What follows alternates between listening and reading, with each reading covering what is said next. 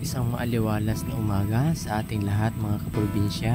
Araw nga pala ngayon ng linggo at hindi tayo bumiyahe dahil medyo masama yung pakiramdam natin. Pero habang nagpapahinga tayo ay nasulyapan ko yung nagtitracer ng palay kaya agad ko itong pinuntahan. At pagdating ko nga sa lugar mga kaprobinsya ay busy sila sa kanilang ginagawa.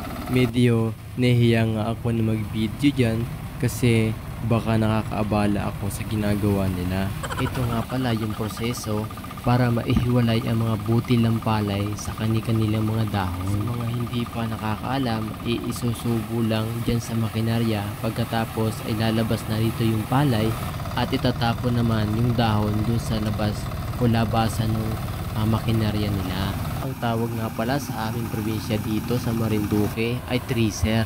Tracer ang tawag sa amin ng makinarya na yan na naghihiwalay sa mga butil ng palay. At matapos ngang maihiwalay ang butil ng palay, ay ito naman yung kasunod na proseso para naman maalis yung mga maliliit na dahon na sumama sa paglaglag ng butil ng palay doon sa labasan at hindi talaga maiwasan na mapasama yung mga maliliit na dahon.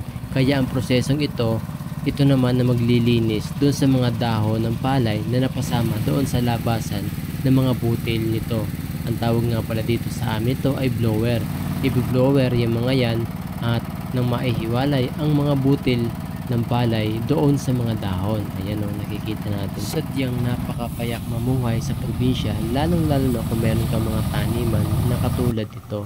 So paano mga kaprobinsya? Hanggang dito na lang. See you and my next vlog. Baka pwede naman pakishare naman ng video buhay probinsya natin. Maraming salamat.